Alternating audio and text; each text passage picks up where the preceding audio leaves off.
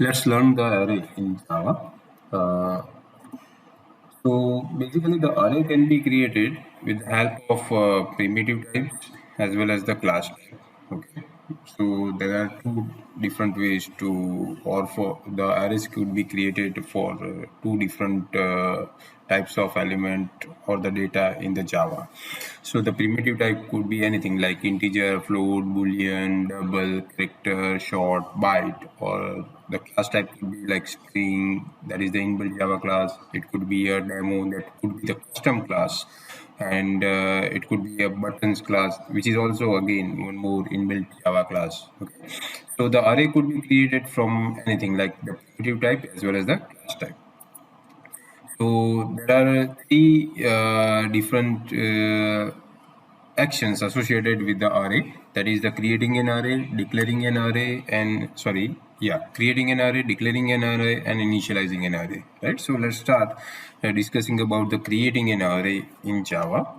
So that as I have told you that the first thing is that you require to declare the array, that is you are going to assign the type of the array.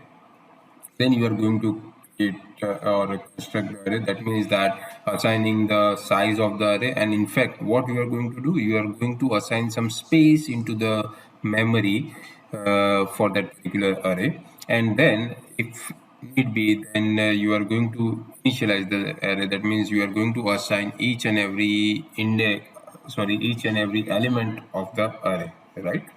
Let's see. So when the array would be created, there would be a heap memory in the system. The purpose of this heap memory is to store the data which are related to object, and basically the array is an object in the Java. Okay, so keep that thing in mind. So how can I create the array? So array will be declared like this. This is a data type. The first thing would be the data type. Here the data type is integer, followed by the name of the array, that is a, followed by the square bracket.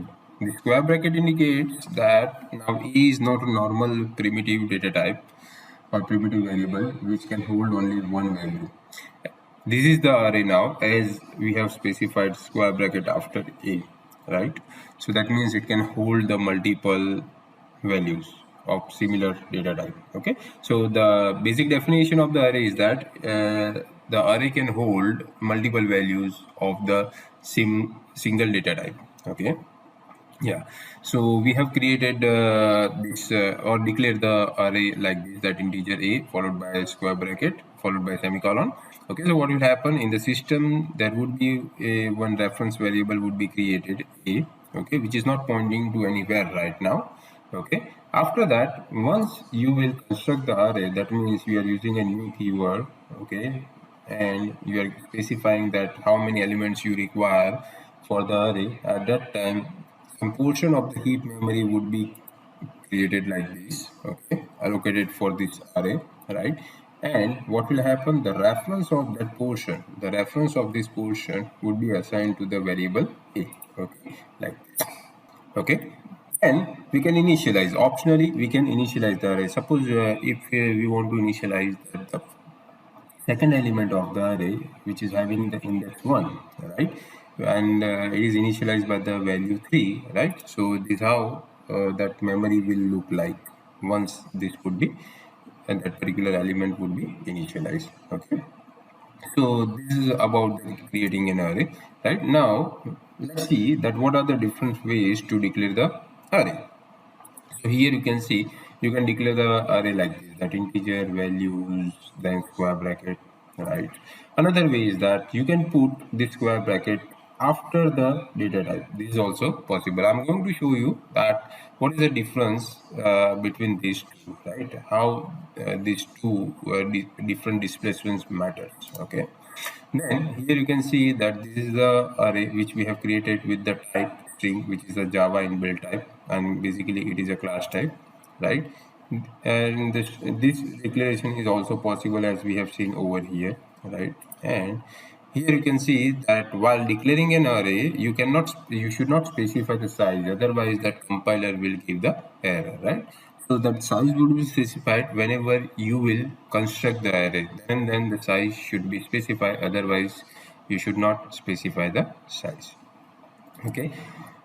So here you can see that there are different ways to create an array. Like here you can see first you have declared the array, right? That is integer array1. Okay, and then you are constructing it. That is array1 is equal to new integer 4. You are creating one more array. Right? Here this square bracket have been placed after the data type. Sorry, yeah, after the data type. Okay, so that is the alternative way to declare the array. Here we are declaring and constructing an array, but we have not initialized it. Okay, later on we will see that how to initialize it. Okay, here you can see that I have declared the string array which can hold total 10 elements. Right now, the last example shows that we have created the array R list type of integer, but we have not specified the size. Okay, and this is not a valid statement in the Java, so it will not compile and it will throw you the error. Right. Another thing is that how to initialize the array. So here you can see that here I have the array, that is integer array square bracket is equal to new integer, right? That means I'm going to create the array of size 2, and here this is how I can initialize both of the elements. That is array with the index 0 is equal to 1, array with the index 1 is equal to 2. Right? So array can be accessed with the help of index like this. Okay, so you can specify the index 0, 1, 2, 3, 4, 5, 6, 7. It depends that what is the size of array. The second example shows that this is a multi-dimension array, and the multi-dimension array can be declared like this, or straight away it can be initialized like this. That is, here you can see that the first dimension is having 4 elements, the second dimension is having 2 elements, and the third dimension is having only 1 element. This is one of the alternative ways to initialize the array. Right here you can see that the array has been initialized on the same line where it has been declared and constructed. Right, later on I'm going to show you that what is the purpose of this. And here you can see that the array can be initialized like this also directly, as we have done with the multi-dimension array. Right, and also what I can do that I can assign the reference of the already created array. I have already created the array this at this particular place, right, and I can assign the reference to the new array. That is also possible. Now here what does it mean? That array and B array both are pointing to same location. Okay, so in the heap memory what will happen, that wherever there will be a space, okay, consider that this is the heap memory. Okay, and if this is space of the array like this, okay, then this B array as well as the array both are pointing to the same memory location. Okay, here you can see that the multiple we have created a multiple array on the same line. That is also possible. Okay, but I will show you that what is the another use of this kind of declaration later on.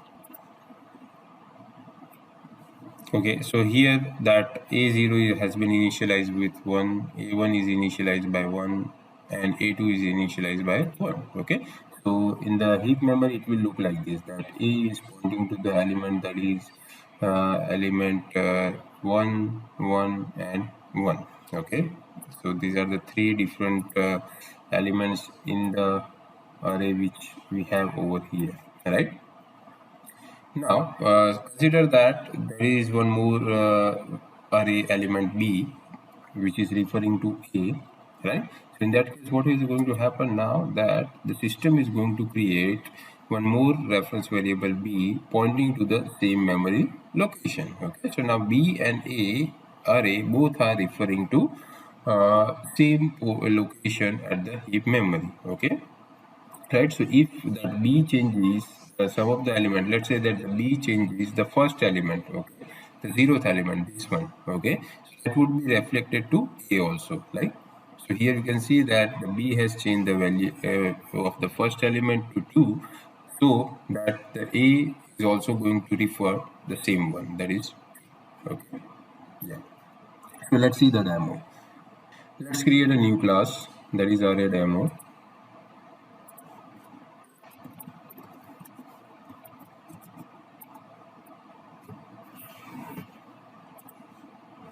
Okay, we have created a class called array demo. Okay, let's have the public static void main, and inside that let's create an array. Okay, so here I'm creating an array like this. Okay, so this is what this is declaring an array. Okay, now let's construct it. Okay, so that means we are going to assign the size of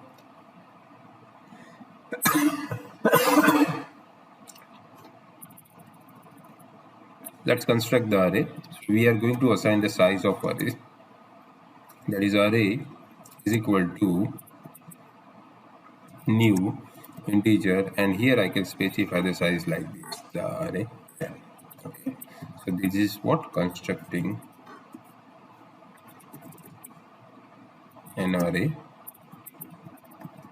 Okay, what else we require to do? That I can initialize the element of the array like this, that array 0 is equal to 0, right? Another element I can initialize like the array 1 is equal to 1, array 2 is equal to 2, like this.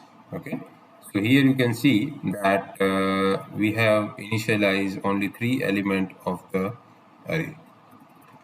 Okay, right, so we have seen that how to declare an array, how to construct an array, and how to initialize an array. Okay, we're going to see more operation on the array in the next video. Thank you.